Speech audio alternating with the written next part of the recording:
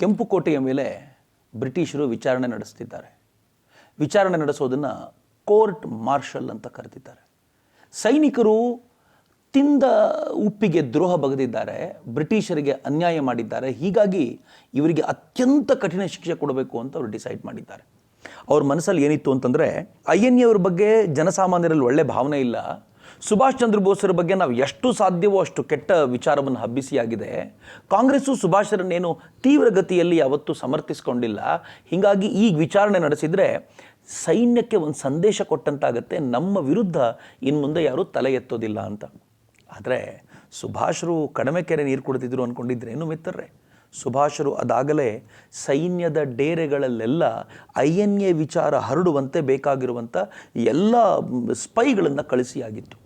ಅನೇಕ ಬಾರಿ ಬ್ರಿಟಿಷ್ ಅಧಿಕಾರಿಗಳು ಈ ಥರದ ಸ್ಪೈಗಳು ಯಾರು ಸಿಕ್ಕಾಕೊಳ್ತಾರೋ ಹಿಡ್ಕೊಂಡು ಬಂದು ಅವರನ್ನು ಸಾರಾಸಗಟಾಗಿ ಕೊಂದು ಬಿಸಾಡ್ಬಿಡ್ತಿದ್ರಂತೆ. ಅವರಿಗೆ ಸಹಿಸ್ಕೊಳ್ಳಿಕ್ಕೆ ಆಗ್ತಿರಲಿಲ್ಲ. ಸುಭಾಷರು ಸೇನೆಯ ಒಳಗೆ ತಮ್ಮದೇ ಆದೊಂದು ಹಿಡಿತವನ್ನು ಸ್ಥಾಪಿಸ್ತಾ ಇದ್ದಾರೆ ಅಂತ ಅವ್ರಿಗೆ ಗೊತ್ತಿತ್ತು. ಸುಭಾಷರ ಕಲ್ಪನೆಯೂ ಹಾಗೆ ಇತ್ತು. ಒಮ್ಮೆ ಇಂಫಾಲನ್ನು ಗೆದ್ದುಕೊಂಡು ಒಳಗೆ ನುಗ್ತಾ ಇದ್ದಂತೆ ಭಾರತೀಯ ಸೈನಿಕರ ಒಳಗಿರುವಂಥ ಅಥವಾ ಅವರ ನಡುವೆ ಇರುವಂಥ INA ಇಂದ ಓಡಿ ಬಂದಿರುವಂಥ ಅಥವಾ ಸ್ಪೈಗಳಾಗಿ ಕೆಲಸ ಮಾಡ್ತಿರೋರು ಆ ಸೈನಿಕರನ್ನು ಭಡಕಾಯಿಸಿ ಬ್ರಿಟಿಷರ ವಿರುದ್ಧ ತಿರುಗಿಸಬೇಕು. ಆಗ ಇರುವ ಸ್ವಲ್ಪ INA ಸೈನ್ಯವೇ ಭಾರತೀಯ ಸೈನಿಕರೊಂದಿಗೆ ಕೂಡಿಸಿಕೊಂಡು ಇಡೀ ಭಾರತವನ್ನು ಮುಕ್ತ ಮಾಡುತ್ತೆ ಅಂತ ಅವ್ರ ಪ್ಲ್ಯಾನ್ ಇತ್ತು. ಈಗ INAದ ಹೋರಾಟ ನಿಂತಿದೆ, ಆದರೆ ಒಳಗಿರುವಂಥ ಗುಪ್ತಚರರು ಸುಮ್ಮನಿರಬೇಕಲ್ಲ. ಅವ್ರು ಯಾವ ಥರದ ಕೆಲಸ ಮಾಡ್ತಿದ್ದಾರೆ ಅಂತಂದರೆ ಬ್ರಿಟಿಷರಿಗೆ ಇದರ ಟೋಟಲ್ ಪಿಕ್ಚರ್ ಅರಿವಿರಲಿಲ್ಲ. ಅವರೇನೋ ಮಾಡಿಬಿಡಲಿ ಅಂತ ಅಂದ್ಕೊಂಡ್ರು, ಆದರೆ ಅದು ಬೂಮ್ರ್ಯಾಂಗ್ ಆಯಿತು. ಸ್ವತಃ ಮಹಾತ್ಮ ಗಾಂಧೀಜಿ ವೈಸ್ರಾಯ್ ವೇವೆಲ್ಗೆ ಪತ್ರ ಬರೆದು ಏನು ಹೇಳ್ತಾರೆ ಗೊತ್ತಾ? ಈಗ ವಿಚಾರಣೆಗೆ ಒಳಪಡಿಸಿರುವವರನ್ನು ಭಾರತ ಆರಾಧಿಸುತ್ತಿದೆ. ಭೌತ ಬಲವೇನೋ ಸರ್ಕಾರದ ಕೈಯಲ್ಲಿದೆ ನಿಜ, ಆದರೆ ಇಡೀ ಭಾರತದ ವಿರೋಧವನ್ನು ದುರ್ಲಕ್ಷಿಸಿ ಸರ್ಕಾರ ತನ್ನ ಅಧಿಕಾರ ಬಳಸಿದಲ್ಲಿ ಅದು ದುರುಪಯೋಗವೆನಿಸುತ್ತದೆ ಅಂತ ಹೇಳ್ತಾರೆ. ಅಂದರೆ ಸರ್ಕಾರ ಡೇಂಜರಸ್ ಪೊಸಿಷನಲ್ಲಿದೆ, ಈ ಕೆಲಸವನ್ನು ಮಾಡಲಿಕ್ಕೆ ಹೋಗಬೇಡಿ, ವಿಚಾರಣೆ ಮಾಡಬೇಡಿ ಅಂತ. ಸೊ ಇದೇ ಹಿನ್ನೆಲೆಯಲ್ಲಿ ಜವಾಹರ್ಲಾಲ್ ನೆಹರು ಕೂಡ ಹೇಳ್ತಾರೆ. ಜವಾಹರ್ಲಾಲ್ ನೆಹರು ಮಾತ್ರ ಭಾರಿ ಬುದ್ಧಿವಂತರು. ಯಾವ ಕಡೆ ಗಾಳಿ ಬೀಸುತ್ತೋ ಆ ಕಡೆ ಟರ್ನ್ ಆಗೋದ್ರಲ್ಲಿ ಎಕ್ಸ್ಪರ್ಟ್ ಆಗಿದ್ದರು. ಸ್ವತಃ ಸುಭಾಷ್ ಚಂದ್ರ ಬೋಸರು ಒಮ್ಮೆ ಹೇಳ್ತಾರೆ, ಜವಾಹರನ ತಲೆಯೆಲ್ಲ ರಷ್ಯಾದಿಂದ ತುಂಬಿಕೊಂಡಿದೆ, ಹೃದಯದಿಂದ ಗಾಂಧೀಜಿಯನ್ನು ಆರಾಧಿಸ್ತಾನೆ ಅಂತ. ಅಂದರೆ ಐಡಿಯಾಸ್ ಎಲ್ಲ ಕಮ್ಯುನಿಸ್ಟ್ದು, ಆದರೆ ಗಾಂಧೀಜಿನ ಆರಾಧಿಸ್ತಾರೆ ಅಂತ ಅನೇಕ ಇತಿಹಾಸಕಾರರು ಹೇಳ್ತಾರೆ. ಸ್ವತಃ ಜವಾಹರ್ಲಾಲ್ ನೆಹರು ಕೂಡ ಒಂದು ಕಡೆ ಹೇಳ್ತಾರೆ, ನನಗೆ ಅನೇಕ ಬಾರಿ ಸುಭಾಷ್ ಮಾಡ್ತಾ ಇದ್ದಿದ್ದು ಸರಿ ಅಂತ ಅನ್ನಿಸ್ತಿತ್ತು, ಆದರೆ ಅವನನ್ನು ಸಮರ್ಥಿಸಿಕೊಳ್ಳುವಂಥ ಧೈರ್ಯ ನನ್ನಲ್ಲಿರಲಿಲ್ಲ ಅಂತ. ಧೈರ್ಯ ಅನ್ನೋಕ್ಕಿಂತ ಅಕಸ್ಮಾತ್ ಸುಭಾಷನನ್ನು ಸಮರ್ಥಿಸಿಬಿಟ್ರೆ ಗಾಂಧಿ ಪಾಳಯದಿಂದ ದೂರ ಆದರೆ ಅಧಿಕಾರದಿಂದ ವಂಚಿತನಾಗ್ಬಿಡ್ತೀನಿ ಅಂತ ಅವ್ರಿಗೆ ಗೊತ್ತಿತ್ತು. ಅಧಿಕಾರ ಎಲ್ಲಿದೆಯೋ ಅಲ್ಲಿರ್ತಿದ್ರು. ಸುಭಾಷರು ಯಾವತ್ತೂ ಅಧಿಕಾರಕ್ಕಾಗಿ ಅಂಟಿಕೊಂಡವರಲ್ಲ ಮಿತ್ರರೇ. ಹೀಗಾಗಿ ಸುಭಾಷರು ಮಹಾನಾಯಕ ಅಂತ ಅನ್ನಿಸ್ಕೊಳ್ತಾರೆ ಬಿಡಿ. ಆದರೆ ಜವಾಹರ್ಲಾಲ್ ನೆಹರು ಈಗ ಎಲ್ಲಿವರೆಗೂ INA ಆಕ್ರಮಣ ಮಾಡ್ತಿತ್ತೋ ಆ ಸಂದರ್ಭದಲ್ಲಿ ಒಂದೇ ಒಂದು ಒಳ್ಳೆಯ ಮಾತನ್ನು ಸುಭಾಷರ ಕುರಿತಂತೆ ಆಡದೇ ಇರೋರು ಈಗೇನು ಹೇಳ್ತಾರೆ ಅಂತಂದರೆ, ಒಂದು ಕಡೆ ಭಾರತ, ಇನ್ನೊಂದು ಕಡೆ ಶತ್ರುಸ್ಥಾನದಲ್ಲಿ ಇಂಗ್ಲೆಂಡ್. ಈ ಹಳೆಯ ಮುಖಾಮುಖಿಯನ್ನು ಈ ವಿಚಾರಣಾ ಸರಣಿ ಕಣ್ಣಿಗೆ ಕಟ್ಟುವಂತೆ ಸಾಕಾರಗೊಳಿಸಿತು.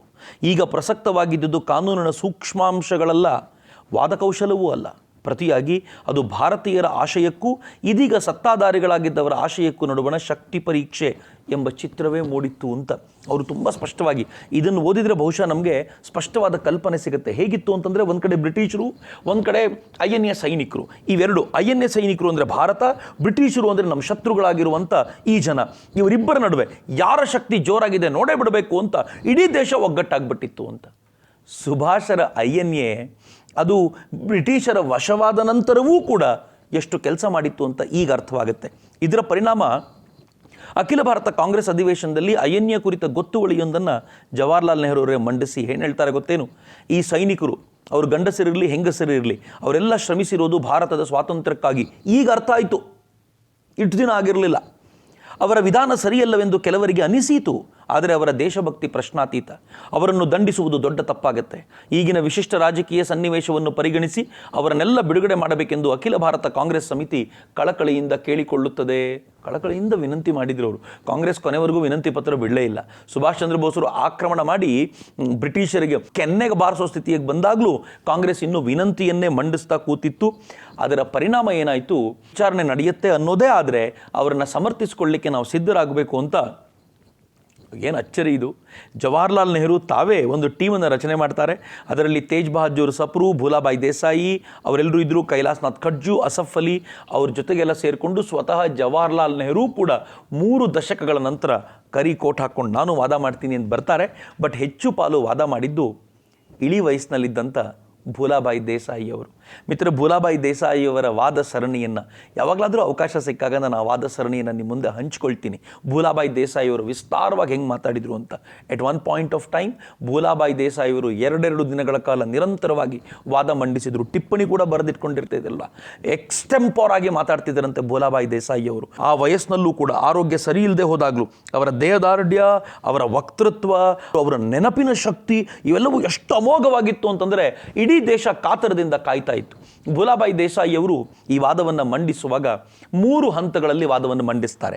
ಮೊದಲನೇದವರು ಹೇಳ್ತಾರೆ, ಸ್ವಾತಂತ್ರ್ಯಕ್ಕಾಗಿ ಯಾರಾದರೂ ಹೋರಾಟ ಮಾಡಿದರೆ, ತನ್ನ ನಾಡಿನ ಸ್ವಾತಂತ್ರ್ಯಕ್ಕಾಗಿ ಹೋರಾಟ ಮಾಡಿದರೆ ಅದು ರಾಜದ್ರೋಹ ಅಲ್ವೇ ಅಲ್ಲ. ಯಾಕೆಂದರೆ ಯಾರೋ ಹೊರಗಿನವರು ಆಕ್ರಮಣ ಮಾಡಿರೋದ್ರಿಂದ ದೇಶವನ್ನು ಬಿಡಿಸಬೇಕು.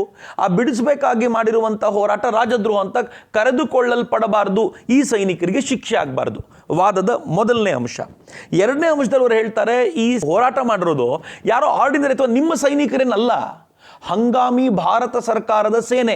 ಆ ಹಂಗಾಮಿ ಭಾರತ ಸರ್ಕಾರವೇ ಇಂಗ್ಲೆಂಡಿನ ಮೇಲೆ, ಅಮೆರಿಕಾದ ಮೇಲೆ ಯುದ್ಧ ಘೋಷಿಸಿದ್ರಿಂದ ಇವರು ಅವರ ಸೈನಿಕರಾಗ್ತಾರೆ. ಮತ್ತು ನೀವು ಹೆಂಗೆ ಕೋರ್ಟ್ ಮಾರ್ಷಲ್ ಮಾಡ್ತೀರಿ? ಮುಖದ ಮೇಲೆ ಹೇಳೋದಾದ್ರೆ ನೀವು ಕೋರ್ಟ್ ಮಾರ್ಷಲ್ ಮಾಡ್ತಿರೋದೇ ತಪ್ಪು. ಯಾಕೆಂದ್ರೆ ನಿಮ್ಮ ಸೈನಿಕರು ಅಲ್ವೇ ಅಲ್ಲ, ಅವರು ಇವರು ಪ್ರಿಸನರ್ ಆಫ್ ವಾರ್ ಆಗ್ಬೋದು ಅಷ್ಟೇ ಅಂತ. ಮೂರನೇ ವಾದನ ಅವ್ರು ಏನು ಮಂಡಿಸ್ತಾರೆ ಅಂತಂದ್ರೆ, ನೀವು ಬ್ರಿಟಿಷರು ಸಿಂಗಪುರವನ್ನು ಕಳ್ಕೊಂಡಾಗ ಈ ಭಾರತೀಯ ಸೈನಿಕರನ್ನ ಜಪಾನಿಯರಿಗೆ ಒಪ್ಪಿಸ್ಬಿಟ್ರಲ್ಲ, ನಿಮ್ಮ ಆಜ್ಞೆ ಇನ್ನವ್ರ ಮೇಲೆ ನಡೀತಿಲ್ಲ, ಇನ್ನೇನಿದ್ರು ಜಪಾನಿಯರ ಆಜ್ಞೆ ನಡೆಯುತ್ತೆ ಅಂತಾಯ್ತು. ಆ ಆಧಾರದ ಮೇಲೂ ಕೂಡ ನೀವು ಇವರನ್ನ ಜೈಲಿಗೆ ತಳ್ಳುವಂತೆ, ನೀವು ಇವ್ರ ಮೇಲೆ ಏನಾದರೂ ನಿರ್ಣಯ ಕೈಗೊಳ್ಳುವಂತೆ ಇಲ್ವೇ ಇಲ್ಲ ಅಂತ ವಾದ ಮಂಡಿಸಿದ್ರು.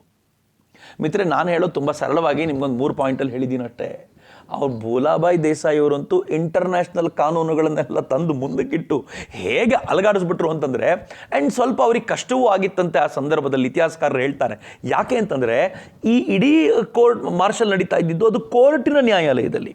ಆ ನ್ಯಾಯಾಲಯದಲ್ಲಿ ಬ್ರಿಟಿಷರದ್ದೇ ಕೆಲವು ಟೀಮ್ ಇತ್ತು. ಆ ಟೀಮ್ಗಳು ಎಲ್ಲ ಸೈನಿಕರ ಸಂಬಂಧಪಟ್ಟವರಾಗಿದ್ದರಿಂದ ಜನರಲ್ ಬ್ಲಾಕ್ಸ್ಲೆಂಡ್ ಅಧ್ಯಕ್ಷತೆಯಲ್ಲಿ 7 ಜನ ಮಿಲಿಟರಿ ಅಧಿಕಾರಿಗಳಿದ್ದರು. ಪ್ರಾಸಿಕ್ಯೂಷನ್ ಪರ ವಕೀಲರು, ಆಗಿನ ಸರ್ಕಾರದ ಅಡ್ವೊಕೇಟ್ ಜನರಲ್ ಆಗಿದ್ದಂಥ ಸರ್ ನೌಶೇರ್ವಾನ್ ಇಂಜಿನಿಯರ್ ಇದ್ದರು. ಕೋರ್ಟ್ ಮಾರ್ಷಲ್ ನಡೆಸಲಿಕ್ಕೆ ಅಂತ ಕೂತಿದ್ದ ಈ ಸೈನಿಕ ಮುಖ್ಯಸ್ಥರಿಗೆ ಇಂಟರ್ನ್ಯಾಷನಲ್ ಲಾ ಎಲ್ಲ ಗೊತ್ತೇ ಆಗ್ತಿರಲಿಲ್ಲ. ಅಂತಾರಾಷ್ಟ್ರೀಯ ಕಾನೂನುಗಳಲ್ಲಾಗಿರುವಂಥ ಬದಲಾವಣೆ ಏನು, ನಾಗರಿಕತೆಯ ಕುರಿತಂತೆ ಅಲ್ಲಿ ಏನು ಚರ್ಚೆ ನಡೆಯುತ್ತೆ, ಸ್ವಾತಂತ್ರ್ಯದ ಹೋರಾಟಗಳ ಕುರಿತಂತೆ ಏನು ನಡೆಯುತ್ತೆ, ಇವೆಲ್ಲವನ್ನೂ ಕೂಡ ಮೊದಲು ಅವ್ರಿಗೆ ಎಕ್ಸ್ಪ್ಲೈನ್ ಮಾಡಿ ಅದರ ಆಧಾರದ ಮೇಲೆ ವಾದವನ್ನು ಮಂಡಿಸ್ಕೊಂಡು ಹೋಗಬೇಕಿತ್ತಂತೆ. ಅಂದರೆ ಸವಾಲಿನ ಕೆಲಸವೇ ಆಗಿತ್ತು ಅಂತ ನಿಸ್ಸಂಶಯವಾಗಿ ಹೇಳ್ಬೋದು ಮಿತ್ರರೇ.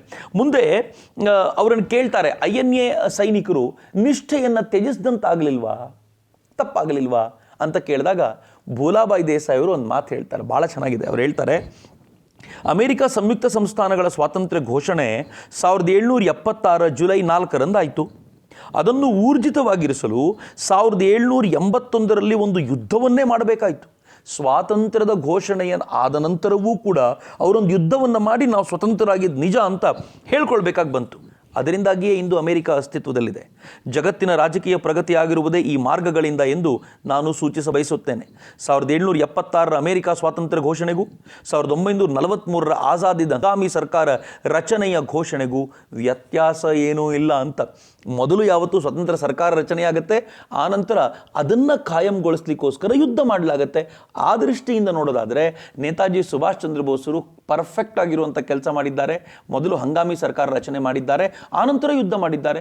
ನೇತಾಜಿಯವ್ರದ್ದು ಹಂಗಾಮಿ ಸರ್ಕಾರ ಏನು ಆರ್ಡಿನರಿ ಆಗಿರಲಿಲ್ಲ. ಹಂಗಾಮಿ ಸರ್ಕಾರಕ್ಕೆ ಜಗತ್ತಿನ ಅನೇಕ ರಾಷ್ಟ್ರಗಳ ಬೆಂಬಲ ಇತ್ತು. ಪಾಯಿಂಟ್ 1. ಎರಡನೇದು, ಈ ಹಂಗಾಮಿ ಸರ್ಕಾರದ ಪ್ರಧಾನಿಯಾಗಿ ಒಂದು ಮಂತ್ರಿಮಂಡಲವನ್ನು ರಚನೆ ಮಾಡಿಕೊಂಡಿದ್ರು. ಅಷ್ಟೇ ಅಲ್ಲ, 3ನೇ ಹಂತದಲ್ಲಿ ಇದೇ ಹಂಗಾಮಿ ಸರ್ಕಾರ ಅಂಡಮಾನ್ ನಿಕೋಬಾರ್ನ ತನ್ನ ತೆಕ್ಕೆಗೆ ತೆಗೆದುಕೊಂಡು ಭಾರತದ ರಾಷ್ಟ್ರಧ್ವಜವನ್ನು ಹಾರಾಡಿಸಿತ್ತು ಅಂತಲೂ ಆಗಿತ್ತಲ್ಲ. ಅಂದರೆ ಒಂದು ಸರ್ಕಾರ ಏನೇನು ಮಾಡಬೇಕೋ ಆ ಎಲ್ಲ ಕೆಲಸವನ್ನು ಕೂಡ ನೇತಾಜಿಯವರು ಮೂಲಕ ಮಾಡಿದ್ದರಿಂದ ಹಂಗಾಮಿ ಸರ್ಕಾರವನ್ನು ನೀವು ಸಾರಾಸಗಟಾಗಿ ತೆಗೆಯುವಂತಿರಲಿಲ್ಲ. ಇದೆಲ್ಲವನ್ನು ಹೇಳಲಾಯಿತು. ಅಷ್ಟೇ ಅಲ್ಲದೆ INA ಎಷ್ಟು ಯಾತನೆಗಳನ್ನು ಯುದ್ಧ ಭೂಮಿಯಲ್ಲಿ ಅನುಭವಿಸ್ತು ಮತ್ತು ಯಾತಕ್ಕೋಸ್ಕರ ಹೀಗೆ ಮಾಡಲಾಯಿತು ಅಂತ ಸಿಕ್ಕಾಪಟ್ಟೆ ವಿವರಗಳು ಹರಿದಾಡ್ಲಿಕ್ಕೆ ಶುರುವಾದವು. ಮಿತ್ರ, ಯಾವಾಗ ಈ ವಿವರಗಳು ಪತ್ರಿಕೆಯಲ್ಲಿ ಬರ್ತಿದ್ವೋ ಇಷ್ಟೂ ದಿನ ಅದನ್ನು ಬ್ಲ್ಯಾಕ್ಔಟ್ ಮಾಡಿ ಯಾವ ಕಾರಣಕ್ಕೂ INA ಸುದ್ದಿಗಳು ಸಿಗಬಾರ್ದು ಅಂತ ಬ್ರಿಟಿಷರು ಏನು ಪ್ರಯತ್ನ ಪಟ್ಟಿದ್ರೋ ಅವೆಲ್ಲವೂ ಕೂಡ ಈಗ ಜನರಿಗೆ ಕಾಮನ್ ಮಾಸಿಗೆ ಸಿಗ್ಲಿಕ್ಕೆ ಶುರುವಾಯ್ತಲ್ಲ. ಅವ್ರಿಗೆ ಎಷ್ಟು ಪ್ರೀತಿ ಬಂತು ಸುಭಾಷ್ ಚಂದ್ರ ಬೋಸರ ಮೇಲೆ ಅಂತಂದರೆ, ಅವ್ರಿಗೊಂಥರ ಸುಭಾಷ್ ಚಂದ್ರ ಬೋಸರು ಆರಾಧ್ಯ ದೈವ ಆಗ್ಬಿಟ್ರು. ಕಾಂಗ್ರೆಸ್ಸು ಆನಂತರದ ದಿನಗಳಲ್ಲಿ ಸುಭಾಷ್ ಚಂದ್ರ ಬೋಸರ ಪರವಾಗಿ ಮಾತನಾಡ್ಲಿಕ್ಕೆ ಶುರು ಮಾಡ್ತಲ್ಲ, ಅದಕ್ಕೆ ರೀಸನ್ನೇ ಇದು. ಇಡೀ ದೇಶ ಸುಭಾಷರನ್ನು ಆರಾಧಿಸ್ಲಿಕ್ಕೆ ಶುರು ಮಾಡಿಬಿಡ್ತು. ಎಲ್ಲಿವರೆಗೂ ಅಂತಂದರೆ INA ಸೈನಿಕರಿಗೆ ಏನಾದರೂ ಆದರೆ ನಾವು ಸುಮ್ಮನಿರಲ್ಲ ಅನ್ನೋಂಥ ಏಕಕಂಠದ ಸದ್ದು ಹೊರಡಿತು. ಬ್ರಿಟಿಷರಿಗೆ ಗಾಬರಿ ಆಗ್ಬಿಡ್ತು. ಹೆಂಗೆ ಇಷ್ಟೊಂದು ಜನ ತಯಾರಾಗ್ಬಿಟ್ರು, ಇಡೀ ದೇಶ ಹೆಂಗೆ ಇವ್ರ ಪರವಾಗಿ ನಿಂತುಬಿಡ್ತು. ಅವ್ರಿಗೆ ಗೊತ್ತಾಯಿತು ಈಗೇನೋ ನಡೆಯುತ್ತೆ ಅಂತ ಗೊತ್ತಾಗಿ ಏನು ಕಠಿಣವಾದ ಶಿಕ್ಷೆ ಕೊಡಬೇಕು ಅಂತಿದ್ರೋ ಅವೆಲ್ಲವನ್ನೂ ತಡೆ ಹಿಡಿದು ಈ 3 ಜನ ಇದ್ರಲ್ಲ ಆ ಥರದ ಕೆಲವು ಪ್ರಮುಖರ ಅವರನ್ನು ಕೆಲಸದಿಂದ ವಜಾ ಮಾಡಲಾಯಿತು, ಅವರ ರ್ಯಾಂಕ್ಗಳನ್ನು ಕಿತ್ಕೊಳ್ಳಾಯಿತು, ಅವರ ಆಸ್ತಿ ಪಾಸ್ತಿನ ಜಫ್ತ್ ಮಾಡ್ಕೊಳ್ಳಾಯಿತು, ಕೊನೆಗೆ ಅವರನ್ನು ಗಡೀಪಾರು ಮಾಡಲಾಯಿತು. ಕೆಲವರಿಗೆ 7 ವರ್ಷಗಳ ಶಿಕ್ಷೆ ಘೋಷಣೆ ಮಾಡಲಾಯಿತು. ಆದರೆ ಬ್ರಿಟನ್ನ ಪ್ರಧಾನಿ ಏನು ಬದಲಾಗಿತ್ತೋ, ಒಟ್ಟಾರೆ ಅವ್ರ ಚಿಂತನೆಗಳು ಬದಲಾಗಿದ್ವಲ್ಲ, ಆ ಬ್ರಿಟನ್ನ ಪ್ರಧಾನಿ ಮಧ್ಯ ಮೂಗು ತೂರಿಸಿ ಗಡೀಪಾರು ಶಿಕ್ಷೆಯನ್ನು ವಾಪಸ್ ತೆಗೆದುಕೊಂಡ. ಆನಂತರ ಸ್ವಲ್ಪ ಕಾಲದ ನಂತರ 7 ವರ್ಷ ಶಿಕ್ಷೆಗೂ ಅರ್ಥ ಇಲ್ಲ ಅಂತ ಗೊತ್ತಾಗಿ ಬ್ರಿಟಿಷರು ಅದನ್ನೂ ವಾಪಸ್ ತಗೊಂಡ್ರು. ಆದರೆ ಅಷ್ಟೊತ್ತಿಗೆ ಆಗಬೇಕಾಗಿದ್ದು ಮಾತ್ರ ಆಗ್ಬಿಟ್ಟಿತ್ತು. ಇಡೀ ದೇಶದ ಜನ ತಾವು INAಯ ಬೆಂಬಲಕ್ಕಿದ್ದೀವಿ ಅಂತ ಹೇಳಿಕೊಳ್ಳುವಂಥ ವಾತಾವರಣ ನಿರ್ಮಾಣ ಆಗಿತ್ತಲ್ಲ. ಎಲ್ಲಿವರೆಗೂ ಅಂತಂದರೆ ಒಂದಷ್ಟು ಜನ ತರುಣರು ಮಹಾತ್ಮ ಗಾಂಧೀಜಿನ ಭೇಟಿ ಮಾಡಲಿಕ್ಕೆ ಹೋಗ್ತಾರೆ. ಭಾಳ ಚೆನ್ನಾಗಿರುವಂಥ ಘಟನೆ ಇದು.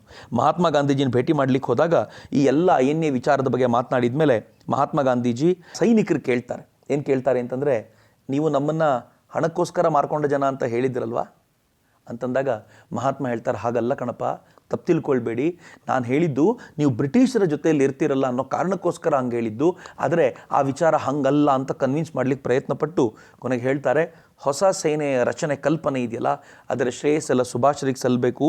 ಅವರ ವಿಧಾನ ನನಗೆ ಸಮ್ಮತ ಇಲ್ಲ, ಆದರೆ ಭಾರತೀಯ ಸೈನಿಕರಿಗೆ ಹೊಸ ದರ್ಶನವನ್ನು ಧ್ಯೇಯವನ್ನು ಕೊಟ್ಟಿರುವಂಥದ್ದು ಸುಭಾಷರೇ, ಅವರ ಸಾಧನೆ ವಿಶೇಷವಾದ್ದು ಅಂತ ಗಾಂಧೀಜಿ ಹೇಳ್ತಾರೆ. ಈ ಸೈನಿಕರು ವಾಪಸ್ ಹೊರಡಬೇಕಾದ್ರೆ ನಾವೊಂದೆರಡು ಘೋಷಣೆ ಕೂಗಬೇಕು, ನಿಮ್ಮ ಅನುಮತಿ ಇದೆಯಾ ಅಂತ ಕೇಳ್ತಾರೆ. ಗಾಂಧೀಜಿ ಹ್ಞೂ ಅಂದಾಗ 2 ಘೋಷಣೆ ಕೂಗ್ತಾರೆ. ಮೊದಲನೇದು ಜೈ ಹಿಂದ್, ಎರಡನೇದು ನೇತಾಜಿ ಕಿ ಜೈ ಅಂತ ಘೋಷಣೆ ಹೋಗ್ತಾರೆ. ಈ ಥರದ ಅವತ್ತಿನ ದಿನಗಳಲ್ಲಿ ಕಾಮನ್ ಆಗಿಬಿಟ್ಟಿತ್ತು. ನೇತಾಜಿ ಒಂಥರ ಹಳ್ಳಿಗೂ ಮನೆಗೂ ತಲುಪಿಬಿಟ್ಟಿದ್ರು. ಮಕ್ಕಳು ನಮ್ಮ ತರುಣರು ನೇತಾಜಿ ಅಂತ ಆಗಬೇಕು ಎನ್ನುವ ಕಲ್ಪನೆ ಸರ್ವೇ ಸಾಮಾನ್ಯವಾಗಿತ್ತು. ಬ್ರಿಟಿಷರಿಗೆ ಉಂಟಾದ ಈ ನಡುಕ ಜ್ವಾಲಾಮುಖಿಯಾಗಿ ಹೇಗೆ ಸಿಡಿತು ಅನ್ನೋದನ್ನು ನಾಳೆ ನಿಮಗೆ ಎಕ್ಸ್ಪ್ಲೈನ್ ಮಾಡ್ತೀನಿ. ಅಲ್ಲಿವರೆಗೂ ನಮಸ್ಕಾರ, ವಂದೇ ಮಾತರಂ, ಜೈ ಹಿಂದ್.